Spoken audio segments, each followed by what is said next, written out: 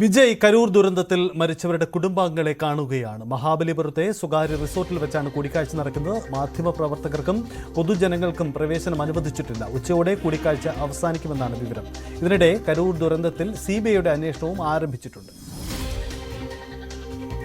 സുപ്രധാനമായ നീക്കമാണ്. കാരണം കരൂർ ദുരന്തത്തിൽ ഇതുവരെയും മരിച്ചവരുടെ ബന്ധുക്കളെ അഭിമുഖീകരിക്കാൻ വിജയ്ക്ക് കഴിഞ്ഞിട്ടില്ല.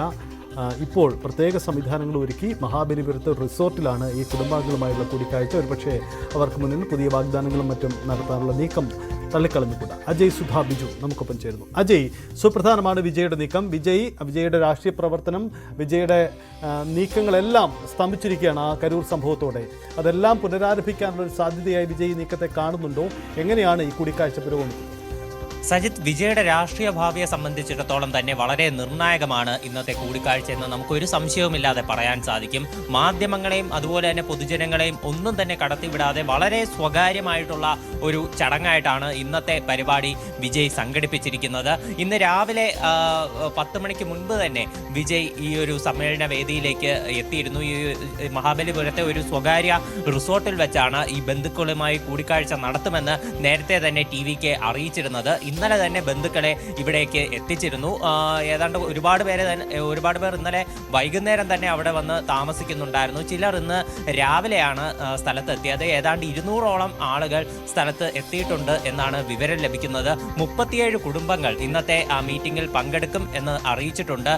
കുറച്ച് കുടുംബങ്ങൾ മാത്രമാണ് ഇന്നത്തെ കൂടിക്കാഴ്ചയിൽ നിന്ന് വിട്ടുനിന്നിട്ടുള്ളത്. വിജയ് ഈ കുടുംബങ്ങൾക്ക് വേണ്ടിയിട്ട് 50 മുറികൾ ഇവിടെ ഈ സ്വകാര്യ റിസോർട്ടിൽ ബുക്ക് ചെയ്തിട്ടുണ്ട്.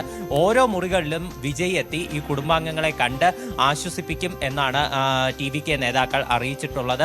അതിനുശേഷം ഈ ബന്ധുക്കളുമായിട്ടുള്ള കൂടിക്കാഴ്ചയ്ക്ക് ശേഷം അവിടെ ഒരു പൊതുസമ്മേളനവും ഉണ്ടാകും. ഇത് ആ റിസോർട്ടിനകത്തുള്ള ഒരു കൺവെൻഷൻ ഹാളിൽ വെച്ചാണ് ഈ പൊതുസമ്മേളനം ഉണ്ടാവുക. അവിടെ വെച്ച് വിജയ് മരിച്ചവർക്ക് വേണ്ടി അന്ത്യാഞ്ജലി അർപ്പിക്കുകയും ചെയ്യും. മെഴുകുതിരി ഉൾപ്പെടെ കത്തിച്ചു വെച്ച് ഒരു അന്ത്യാഞ്ജലി അർപ്പിക്കുന്ന ചടങ്ങായിരിക്കും ഉണ്ടാവുക. എന്നാൽ ഇതിൻ്റെ ദൃശ്യങ്ങളൊന്നും തന്നെ നിലവിൽ പുറത്തു വന്നിട്ടില്ല.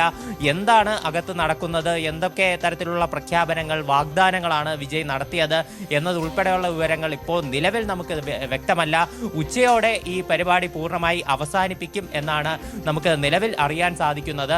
അപ്പോൾ മാത്രമേ ഇനി എന്താകും താരത്തിൻ്റെ അടുത്ത നീക്കം എന്നതിനെ പറ്റിയിട്ടുള്ള സൂചന നമുക്ക് ലഭിക്കുകയുള്ളൂ. വിജയ് ഈ കുടുംബാംഗങ്ങളെ നേരിട്ട് കണ്ട് പ്രധാനമായിട്ടും അവരോട് നൽകാൻ പോകുന്ന ഒരു വിശദീകരണം എന്ന് പറയുന്നത് എന്തുകൊണ്ട് താരത്തിന് കരൂരിലെത്തി അവരെ നേരിട്ട് സന്ദർശിക്കാൻ കഴിഞ്ഞില്ല എന്നതായിരിക്കും ഏറ്റവും പ്രധാനപ്പെട്ടത്. അതുമാത്രമല്ല, ഉറ്റവർ മരിച്ച ഇവർക്ക് ആശ്വാസ വാക്കുകൾ വിജയ് നൽകും. അതുപോലെ തന്നെ ഇവർക്ക് ഈ കുടുംബത്തിൻ്റെ മുഴുവൻ ചെലവുകൾ അടുത്ത 10 വർഷത്തേക്ക് വിജയ് വഹിക്കാനുള്ള ഒരു നീക്കം, അത്തരമൊരു കാര്യം, ആ ഒരു വാഗ്ദാനം വിജയ് നൽകാനുള്ള സാധ്യതയുണ്ട്. അതുപോലെ തന്നെ ഈ മരിച്ച ആളുകളുടെ മക്കൾ, അവരുടെ എല്ലാവിധ വിദ്യാഭ്യാസ ചെലവുകളും താരം തന്നെ വഹിക്കാം എന്നുള്ള ഒരു കാര്യം, അതും കൂടി വിജയ് ഈ ഒരു ചർച്ചയിൽ മുന്നോട്ട് വയ്ക്കും എന്നാണ് വിവരം. 10 വർഷത്തേക്ക് ഇവർക്ക് വേണ്ടി ഉള്ള ചെലവുകൾ വഹിക്കാൻ വേണ്ടി ഒരു ട്രസ്റ്റ് പോലെ രൂപീകരിച്ചായിരിക്കും മറ്റ് ചെലവുകൾ ഉൾപ്പെടെ വഹിക്കുക. ഇവരുടെ ആരോഗ്യം, അതുപോലെ തന്നെ മറ്റു കാര്യങ്ങൾ, കുടുംബത്തിൻ്റെ ചെലവുകൾ എല്ലാം മാസം 5000 രൂപയിലധികം വിജയ് നൽകാനുള്ള ഒരു നീക്കം അതും നടത്തുന്നുണ്ട് ഇത്രയും കുടുംബങ്ങൾക്ക്. അതുൾപ്പെടെയുള്ള കാര്യങ്ങൾ എന്തൊക്കെയാണെന്ന് വിജയ് ഇന്ന് അവരോട് പറയും എന്നാണ് വിവരം. അതുപോലെ തന്നെ മരിച്ചവരുടെ കുടുംബാംഗങ്ങൾക്കുള്ള 20 ലക്ഷം രൂപ ധനസഹായം അത് വിജയ് ഇതിനോടകം തന്നെ കൈമാറിക്കഴിഞ്ഞു. ഇനി പരിക്കേറ്റവർക്ക് ഈ ധനസഹായം ഇതുവരെ വിജയ് നൽകിയില്ല എന്നൊരു ആക്ഷേപം നിലനിൽക്കുന്നുണ്ട്. ഇതിനു വേണ്ടിയിട്ട് ഈ പരിക്കേറ്റ 10 പേരെ ഈ പരിപാടി നടക്കുന്ന വേദിയിലേക്ക് എത്തിച്ചിട്ടുണ്ട്. ഇവർക്ക് ഉള്ള ധനസഹായം 2 ലക്ഷം രൂപ വീതം ആദ്യഘട്ടത്തിൽ കൈമാറും. അതിനുശേഷം കൂടുതൽ പേർക്ക് ഈ ധനസഹായം എത്തിക്കാനും വിജയ് പദ്ധതിയിടുന്നുണ്ട്. എന്തായാലും വിജയുടെ രാഷ്ട്രീയ ഭാവി എന്താണെന്നുള്ളതിനെ പറ്റിയിട്ടുള്ള വ്യക്തമായ സൂചന ഇന്ന് ലഭിക്കും എന്ന് തന്നെയാണ് പ്രതീക്ഷ.